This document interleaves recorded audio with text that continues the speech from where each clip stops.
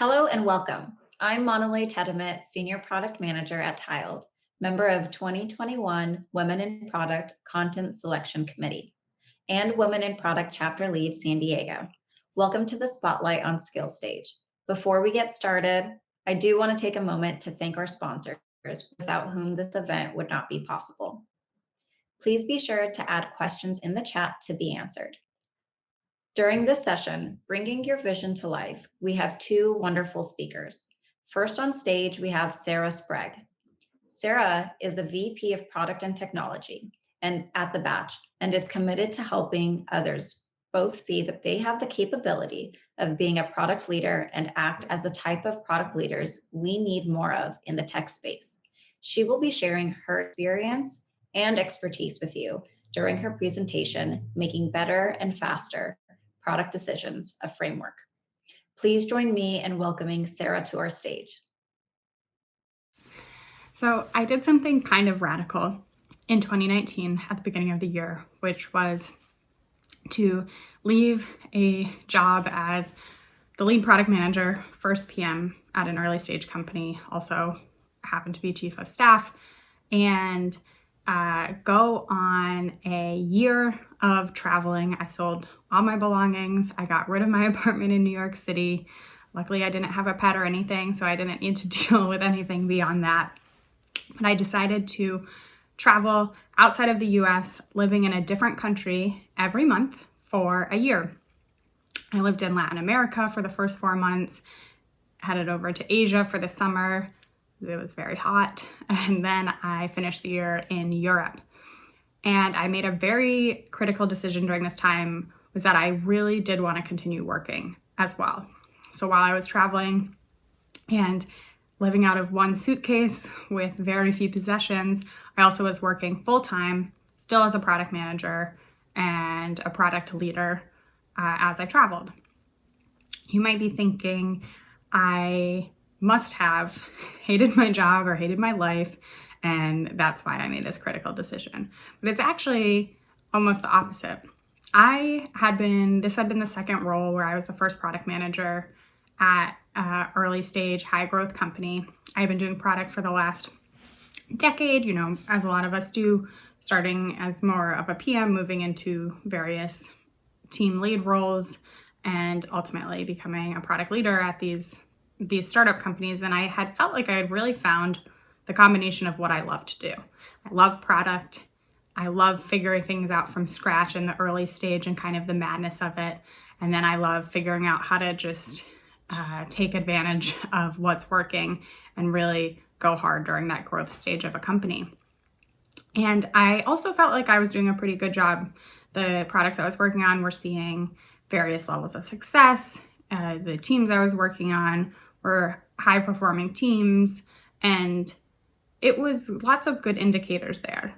But I still, at the end of every day, had a few just kind of gut feelings that I think a lot of people here can likely relate to, because while I had found all of these things that I loved about this setup, at the end of every day, no matter how hard I worked, no matter how much better I had gotten as a product manager, I still had this thought cross my mind of, I need more hours in the day.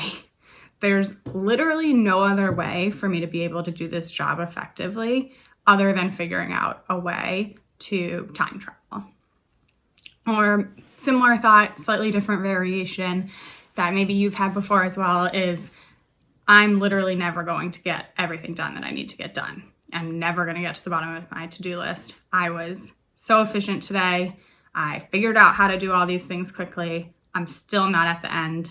I've added more than I crossed off. And then, my personal favorite, which is kind of the feeling, the bigger thought you have after having days and days in a row for years of these same thoughts is, I am working my butt off. We are working our butt off as a team, as a company, and we're doing good work. But I just have this feeling that I can't ignore, that we're not reaching the full potential. We're not moving the needle as a product or a company as much as we could. And so the reason I made this drastic change to leave my job and to totally change how my day-to-day life was structured was because I wanted to keep on doing what I was doing. I wanted to continue to be a product leader well into the future, but I wanted to do it in a way that was more impactful, that felt more sustainable, and frankly, that I wanted to get to that top level. I was at this good level, but I wanted more. And so rather than kind of incrementally figuring out how to get there and kind of accepting the standard beliefs that, this is how you do things and this is how it feels, I was committed to saying, I'm going to just, throw it all away. I'm going to start from scratch. I'm not going to take any of the common assumptions of how work is done, and I'm going to find out if there is a different way. And so while I could certainly talk for hours or probably weeks, which you're not interested in, about everything I learned, not only professionally, but also personally while traveling, one of the biggest mindset shifts that I want to talk about was how what I learned in terms of how we need to shift our mindset when it comes to work overall, but also specifically as a product manager and as a product leader. Because coming out of that year after working full-time, no longer in an office, fully remote, working with lots of different companies, but at the end of the day, still doing the same job, still being a product manager, what I learned was our goal cannot be to figure out how to get more done. Our goal should not be, how can I be more efficient? How can I prioritize faster? Or how can I prioritize more, get more done? Like, how can I be better at multitasking and just an efficiency monster? That is not the right mindset. The mindset that we must have instead is, how can I be more critical about what does need to get done? How can I actually have fewer things of importance and make sure I'm picking the right things that are important? And then not stop there, but that's how you then figure out as a product manager and a product leader how you need to get better. And so it's shifting the mindset from how do I get more done to how do I identify the most important things to get done, and how do I get better and more efficient at getting those specific things done. And so that's why for the next 15 minutes or so, I want to talk through decision making, specifically a skill that is incredibly important for product managers, because it is my belief that focusing on increasing the quality of the decisions that we're making as product managers and getting better at making high quality decisions faster is the most effective way you as a product manager can increase your leverage and your impact as a PM and as a product leader. I don't need to tell you how many decisions we make in a given day, from really small ones to really large ones. And the quality of these decisions impact our product. The quality of our product, they impact whether our business achieves the goals we want. They're important, and they're also exhausting, and they take a lot of time. And it's one of the things that, even if you cut other things off your to-do list, you're always going to need to make important decisions as a product manager. And so here is my framework for how, at the same time, you can both improve the quality of your decisions while reducing the time that you're spending on making them. I want to talk you through my decision-making framework. And before I get into what actually it is made up of, I want to be clear that this is not about creating a template in Google Docs. This is not about a fancy Notion where you have, all of your assumptions written out and shared with the right people, where you look like, you're the best product manager ever who's done all this research. This is a mindset. This is a process that you take your mind through. And so it's not about what should my headers be, what template should I use, what tool should I use. This is about how you want to think as a product manager approaching decisions. I'm going to start by talking about a general mindset. And this might sound a little fluffy, but this is really where you're going to see the biggest shift in your ability to make good decisions quickly.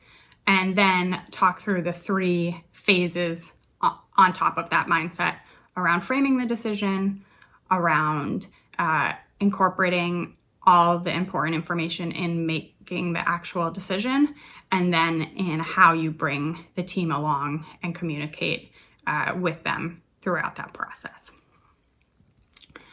The mindset. There's 3 important things to remember when we're approaching making decisions, whether they're big, medium, or small. Number 1, this is not about convincing the people on your product development team, on your larger team, or in your company as a whole to go with your decision. This is not about selling people. This is not about wielding your power as the PM, as the CEO of the product, whatever you want to call yourself.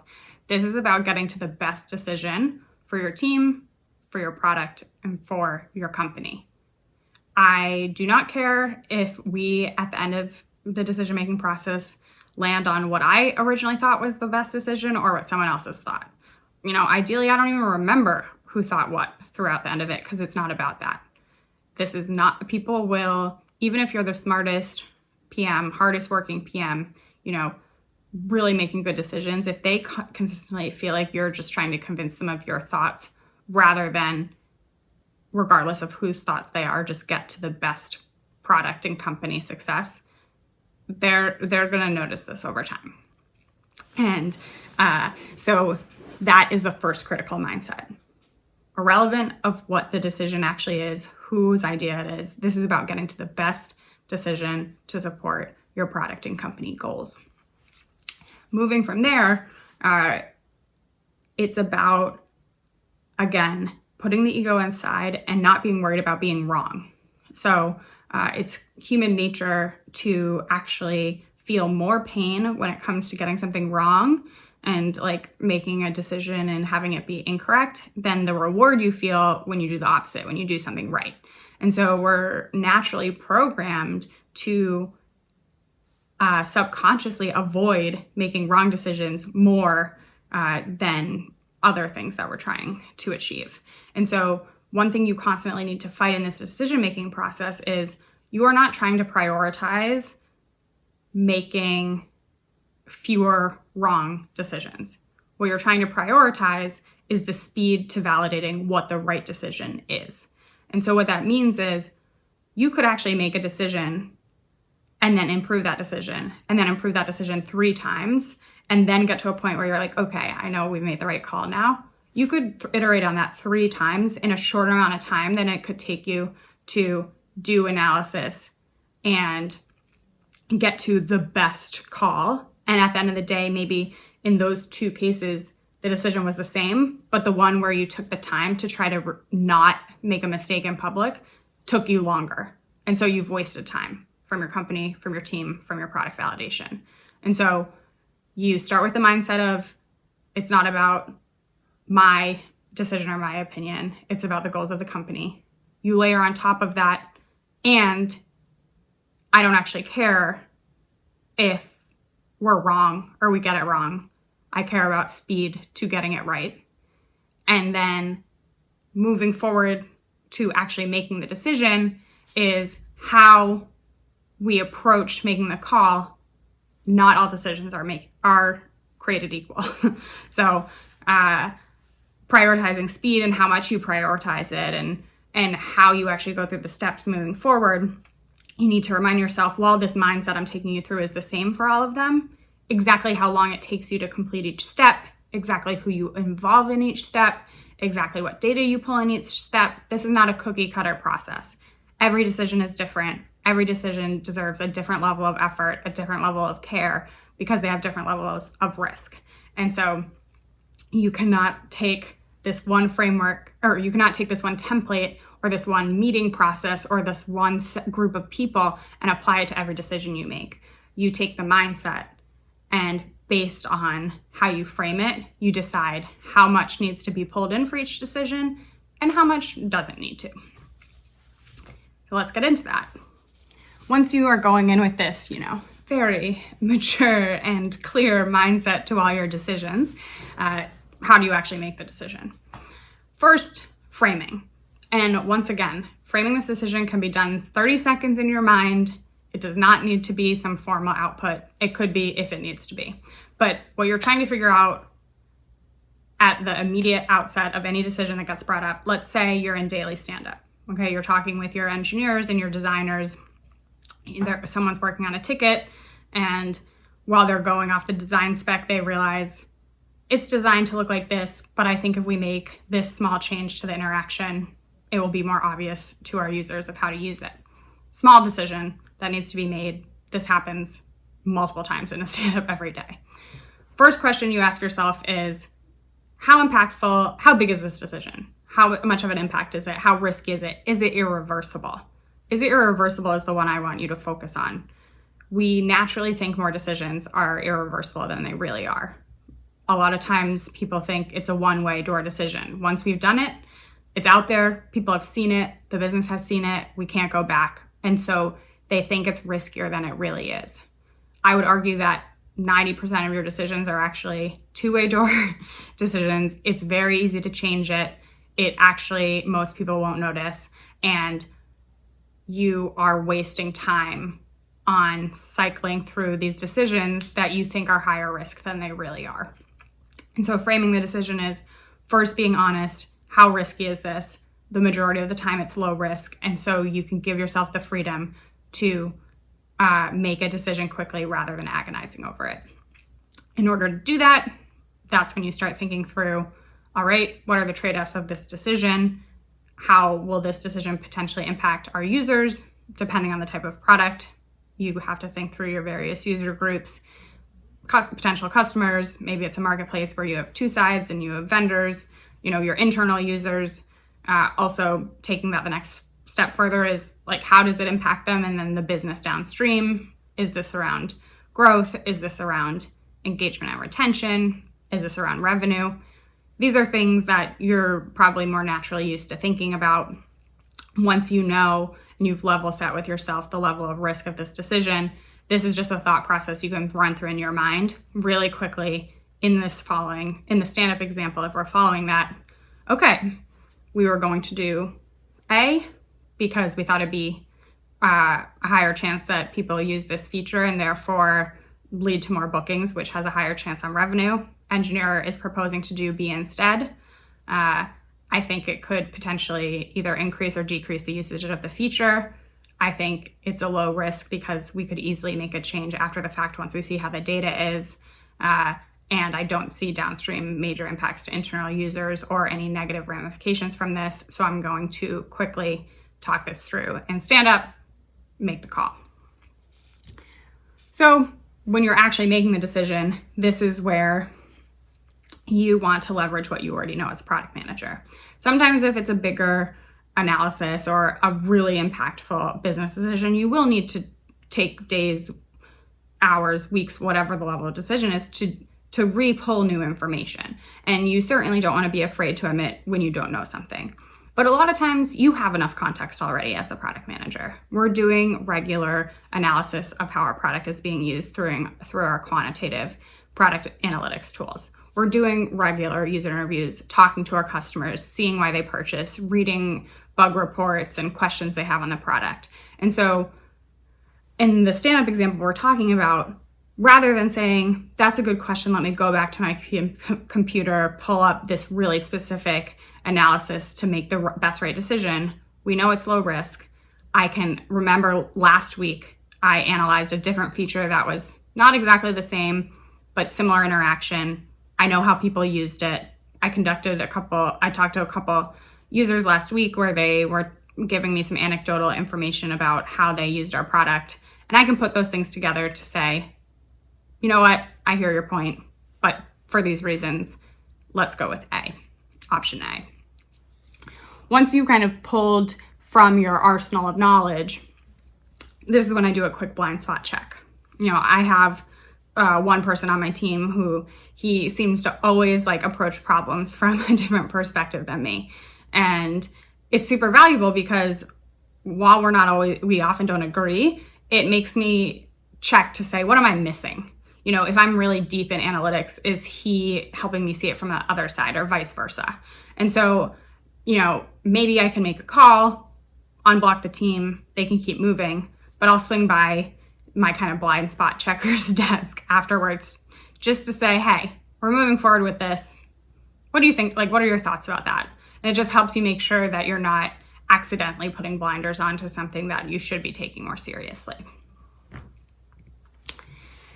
And then this last step in the decision-making process is around kind of building that trust and continued credibility with the team, because you don't only want to make calls quickly, you then need to follow up and say, was that the right call? Because we want to learn and get better at our decision-making as we go over time. And so in addition to saying, here's the frame of the decision, here's the context I'm going to use to make the call, here's why, you then take it a next step further and you say, and once we release it, we want to look at these 3 metrics to see how it's being used. So let's make sure we have tracking on that now, and we'll follow up. If it's looking like this, we'll make these changes. If it's looking like that, we'll make those changes. And then they know this isn't a one-time call, move on, set it and forget it. And they're going to be more willing to go with you then if you are making a decision that's different from what they would have made, because they know that you're not someone who just makes a call and forgets about it. You follow up, you see where you were right, you see where you were wrong, and then you improve the decision from there. And then throughout all of this, you've kind of hopefully heard me talk about how you want to be as efficient as possible. You don't want to involve the entire team or the entire organization when you don't have to. But at the same time, you don't want to be a dictator and involve no one, primarily because that will likely lead to poor decisions. And so the goal throughout this whole process is not about getting everyone to agree or about driving to consensus, but it's instead about bringing them along the process, doing it openly and transparently, because you don't care about getting to your call, you care about getting to the right call. You don't care about being wrong, you care about learning quickly what is right. And so having everyone hear how you go through the process out loud, and then having the confidence of how you're going to validate it after the fact is about carrying them through the decision-making process with you, communicating, rather than having to explicitly search for approvals for every decision. There's obviously so much more to go into here. Decision-making is super complex. It's not easy. But the point I really would love everyone to take away from this is we can let ourselves free a little bit here from agonizing over every single decision we need to make every day, by making sure we're taking this time to approach it with the right mindset, to frame the decision specifically, being realistic about how risky it really is, leveraging the context, the information we already have, and then making sure the team understands how and why a decision was made. They have the confidence to know it will be continued to be refined until it is strong. And this process and mindset will lead you to be able to handle making more decisions faster at a higher level of quality. And this is usually where everyone can conceptually and intellectually agree with what I've just broken down, but there's that small part in your mind that's still saying, but what if I make the wrong decision? How many times as a product manager, as a product leader, can I get it wrong for people to still trust me? And this is where you have to take the next step, and you have to remind yourself again, this is not about making the right decision the first time. This is not about always being right and the smartest person in the room and never getting things wrong. The goal here is to reduce the unnecessary time that you're spending to avoid getting things wrong, and instead focus your energy on getting to validation of a decision as quickly as possible, because that is how you can sustainably lead a product organization over years and years. And that's how you can increase your impact, your influence, and your overall leverage as a product manager while staying sane and actually enjoying what you do. Thank you, Sarah. Next up, we have Dr. Anwesha Bhattacharjee. Anwesha is a bold, disruptive, data driven product leader. As a former data scientist with a PhD in management science, she has had the opportunity to explore technology from both the engineering and the business focus required to build an impactful product.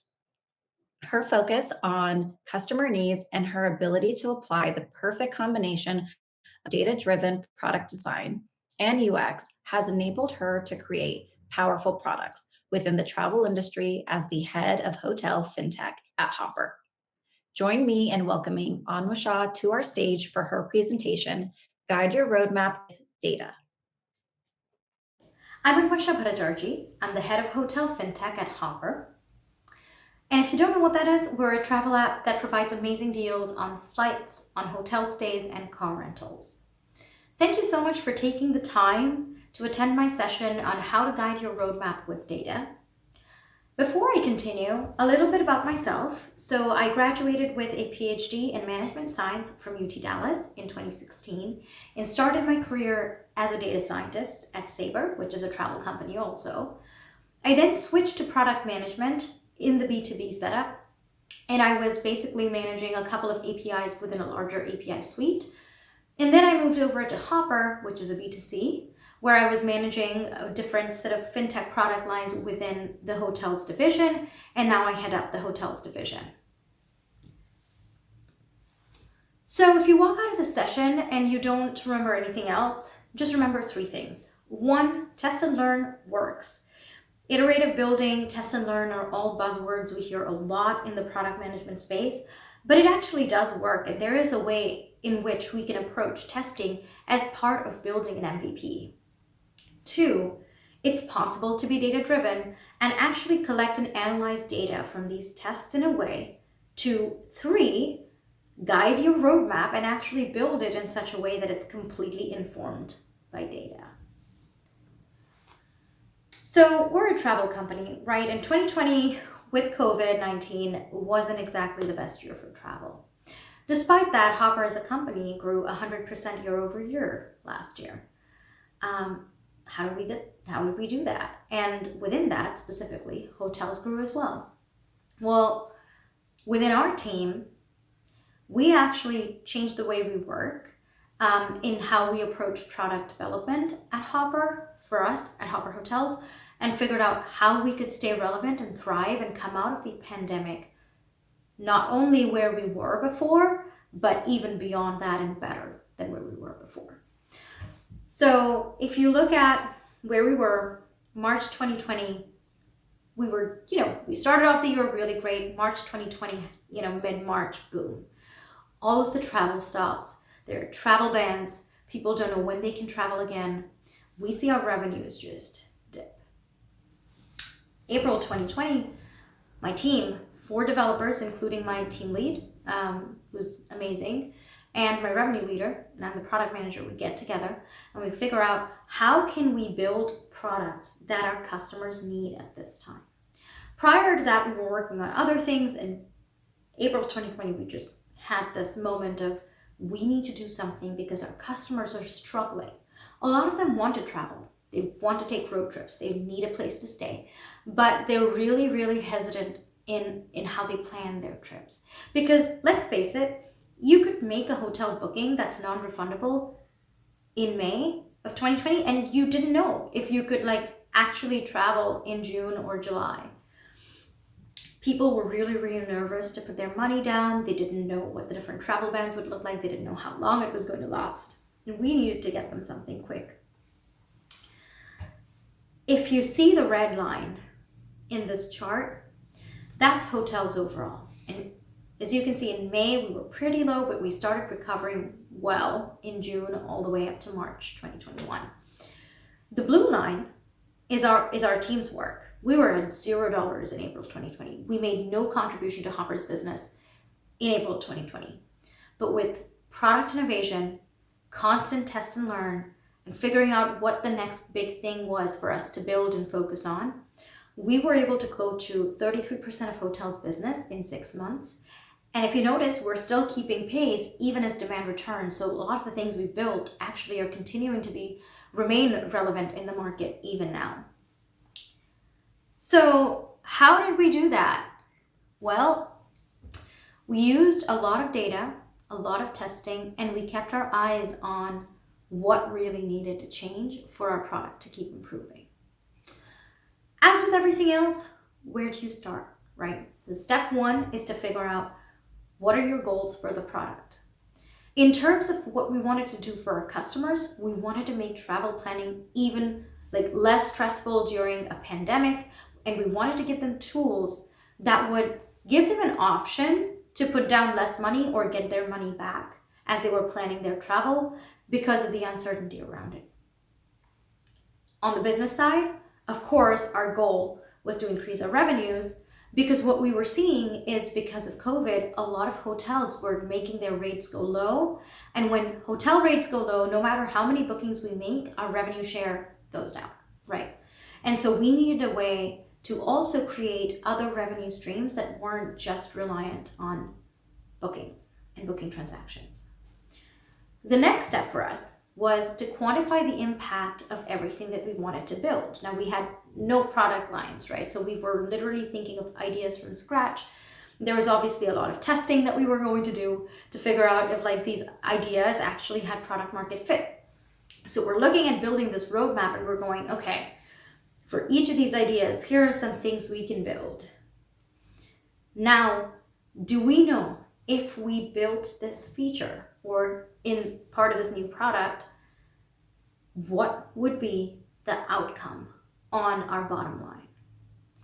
And then the third thing we did was, when we didn't know what the impact was going to be, we designed really quick tests that could be shipped in a week and a half to start gathering as much data as we could to actually get to that point where we knew what shipping it at scale and completing the loop and actually doing a good job of the build process would get us to.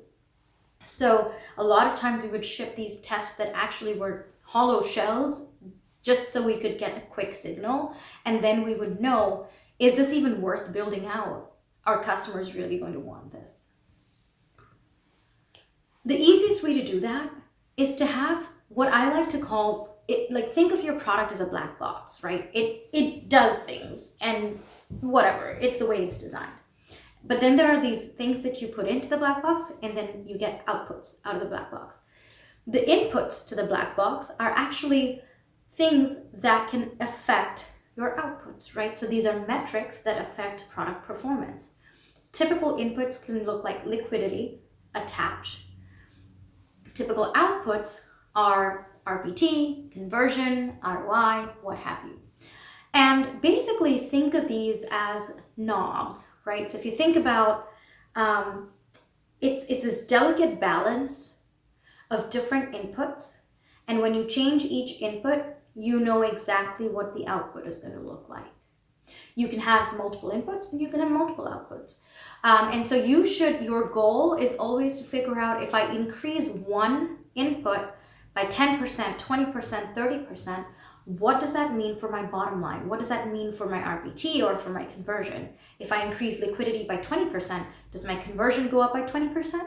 If my attach goes up by 20%, does my RPT go up by 20%? That's what you're trying to figure out, right?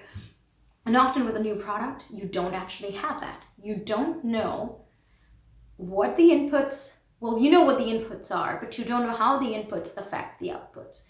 That's very critical to define up front, because what that will help you do is it will help you as a product manager really focus on the things that you need to focus on and hone in on the areas that are problem areas, so you can actually figure out whether you need to do more product development. Is there even a possibility for you to improve on that product? Because sometimes there is simply a ceiling and there's nothing you can do about it, right? So it's very important to keep an eye on these inputs, because without those, you're kind of flying blind. You don't know. All of these things are kind of like shots in the air, and maybe they'll hit the target and maybe they won't. So you really want to quantify that. So I'm going to walk you through a scenario. It's not exactly what we did, and they're not the right numbers for obvious reasons. I can't share those with you, but I'm going to walk you through a sample scenario of how we did it, and it'll help us understand exactly what test and learn and being data driven really means, and how does that finally end up in a roadmap. So this is a product that we shipped last year. It's called Price Freeze. And the core idea behind Price Freeze is that when you're trying to book a hotel room, usually the cheapest prices are non-refundable rooms, and our customers mostly are extremely value conscious and they love looking for the best deal. The downside is during COVID, booking the best deal might often mean if for whatever reason that hotel in Miami closes down, you lose your money. Because until April 2020, a lot of hotels were willing to give you refunds on your non-refundable booking. But after that point, they basically said, well, if you're booking travel now, you know it's in the middle of a pandemic. If you still choose to book a non-refundable rate, we can't really do anything about it. This is on you, and we're not going to refund you the money. So there's a bunch of things, right? Like a lot of customers weren't sure what happens if I get sick. Can I still travel? I don't want to book a non-refundable hotel stay. But even if I don't, I'm paying a whole amount of extra money to book something refundable. So we said, okay, what if we allowed customers to freeze the best deal price for a certain period of time, guaranteed that price within that validity period, and if they wanted to come back and book, they could book that room. Well, we surveyed our customers, we found 10% bump in RPT was guaranteed, regardless of, just providing that feature would get more people to book with us and actually to book by a Price Freeze with us. Well, that's great. So we got some data around that. So increase liquidity create a new funnel, the Price Freeze funnel, increase liquidity in that funnel, you'll get some increase in RPT from where we were, which is the baseline hotel RPT. Okay, that's great. Then we said, okay, we didn't expect to launch and have this crazy amount of liquidity in the Price Freeze funnel. It was a new product. We knew we hadn't explored fit yet. So we said, what's the next thing we could do to get more people into the funnel? So I just want to keep making sure that more and more people were getting inside the Price Freeze funnel, which is different from the linear funnel we've always had in hotels, right? And I want them to go down this new funnel, and I want them to buy a Price Freeze. So the next step on the roadmap was, let's ship some version of a Price Freeze where people can at least buy. And then next thing we'll do is we'll basically expose the price they're paying for the Price Freeze. Instead of burying it in the funnel, could we just pull it up on the call to action? So we say earlier, our first ship was just freeze the price, pay later.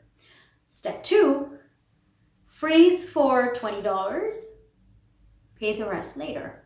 And we wanted to see if that would get more people to enter the funnel, because with any new product, awareness is a problem. So if you just put a call to action wherever, people don't know what they're getting into. They don't even want to tap on it. So we said, okay, if we did that, how many more people would we get in the funnel, and what would that mean for our RPT? So we go back and we survey our customers, and we find, okay, a lot of people would actually be willing to pay for a Price Freeze if the price was within a certain range. And we say, well, that means we should actually let them know that this is an option for them, and we're not asking for an unreasonable amount of money for Price Freezes. So we knew roughly that if we shipped this new thing or this tweak on the call to action, we would see an increase in RPT. Great. Then we said, okay, next thing we want to focus on, there's 3 or 4 different places in the current hotel booking funnel where we could put this Price Freeze call to action and take them down a new funnel. What's the best place for us to put this? And here we have an input, which is attach. Where is the attach highest? And the output was, how does that impact my RPT? Well, we have a linear hotel booking funnel. We don't have any other products in the hotel booking funnel. At that time, we had no other products that would take our customers down to a new funnel. We had no idea where the attach for any similar product was. And so we had all of these other things that we wanted to build, but we're going, well, if we don't solve the attach problem, Doesn't matter if I improve payments or if I take away friction in the bottom funnel for the price freeze product. The first step is for us to at least get most number of eyes, and the most, the highest liquidity and the highest attach. Like what's the location where most people have high intent and they actually want to commit to a hotel. And so we said, okay, we've got two things that we know have clear impact. We have a third thing that we kind of want to know the impact of, because that will determine what our next step might be. Should we invest in building out this whole complicated funnel from a different step? Or should we invest in the low-hanging fruit and put it on, the list of hotels, and every hotel you can just go down the price freeze funnel from there? What's the right thing to do here? And so we said, okay, we don't know this. So we're going to start by formulating a hypothesis. The hypothesis is showing the call to action on step 4 of the funnel instead of step 3 increases attach by 10%. Okay. Now we look at if this data is available. Does this information exist? And start off with analytics data. Is it in whatever analytics tool you use? Amplitude, Google Analytics, Adobe Analytics. Is there any possibility for us to find this information about whether or not the attach is highest on step 3 or step 4? If it's not in the analytics data, let's look at data warehouses that store a whole dump of all of our, shopping, booking, all of that. Can we do a quick SQL or spreadsheet analysis to find that data? Okay, well, that doesn't exist either. Next thing that we try is that someone else try something similar that could be a proxy. Said, okay, maybe Air has an example here. So we looked at what the flights marketplace had done with Price Freeze when they had launched Price Freeze. And their Price Freeze product was doing great. And so we sat down with them and we looked at the data that they had collected as they launched the product. And they've kind of, they had reasons for positioning it in certain pieces of the funnel where you could, you would see the Price Freeze option. It would be tied to a forecast or a prediction on flight prices. And we said, okay, but also flight consumers behave very differently. They have very high intent. Very few people are looking to book a flight itinerary on a whim. Especially during COVID, these are people that absolutely have to travel and they're trying to find the best deal and they're willing to commit. On the flight side, they knew where their customers had the highest intent. On the hotel side, we still didn't know that. So for us, finding a similar proxy did not work. So now we know the data doesn't exist. We have a partial story from Air, which isn't enough to guide us. We needed an experiment or an A/B test to quantify this opportunity better. We basically designed a test that was really just a quick signal. Didn't do any new development other than placing a call to action on multiple places and just ran an A/B test. That was the design.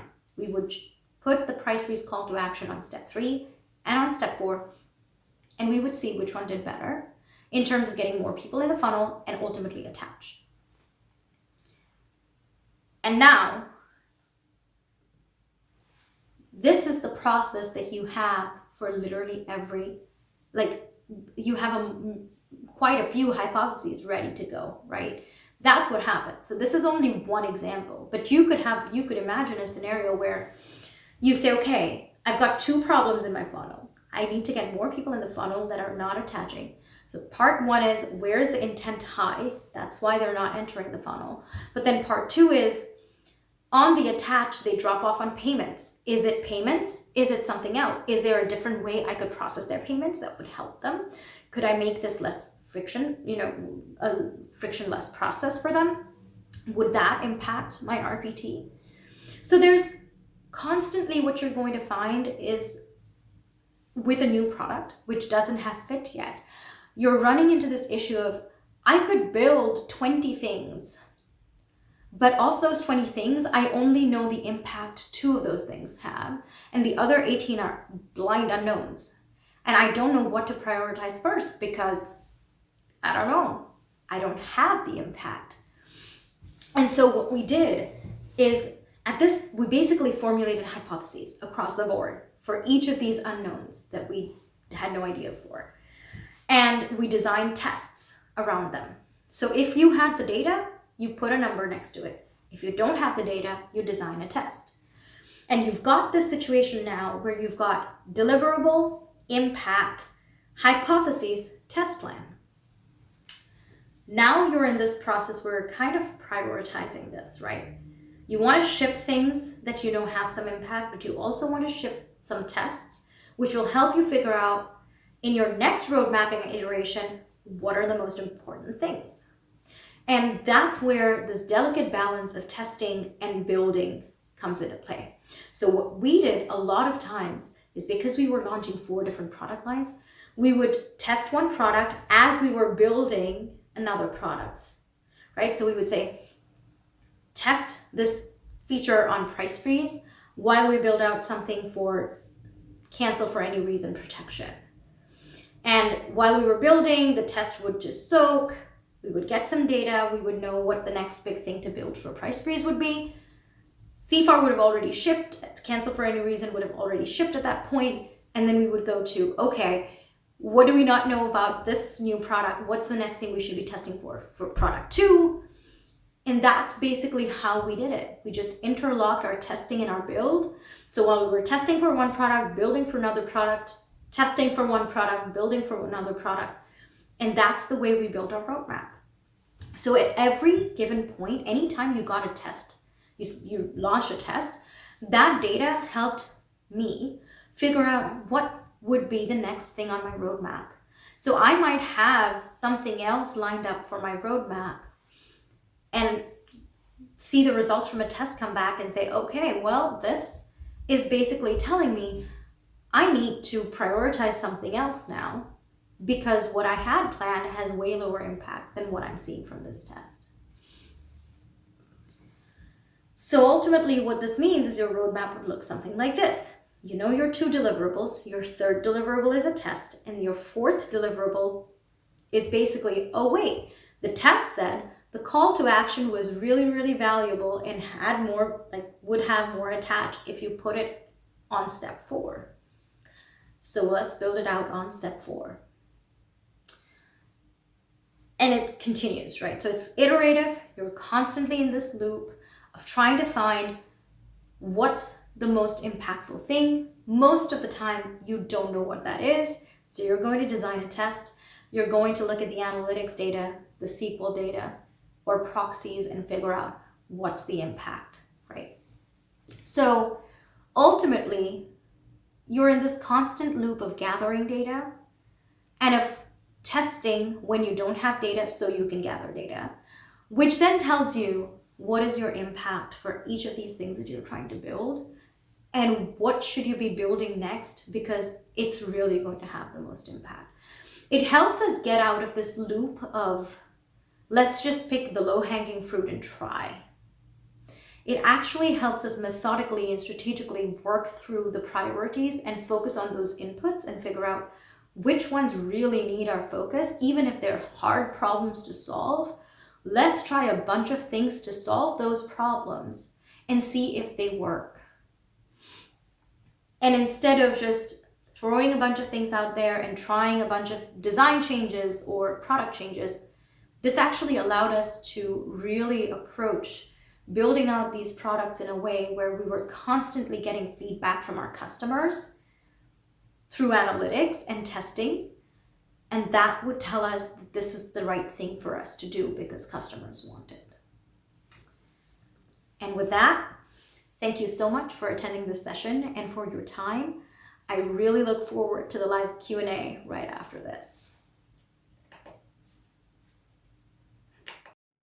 Thank you, Sarah, Anwesha, and to all of those who have joined us today.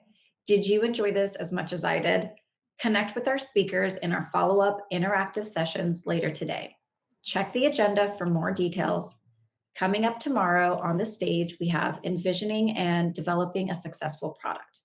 Thank you again for joining us, and be sure to come back to the stage tomorrow for Envisioning and Developing a Successful Product.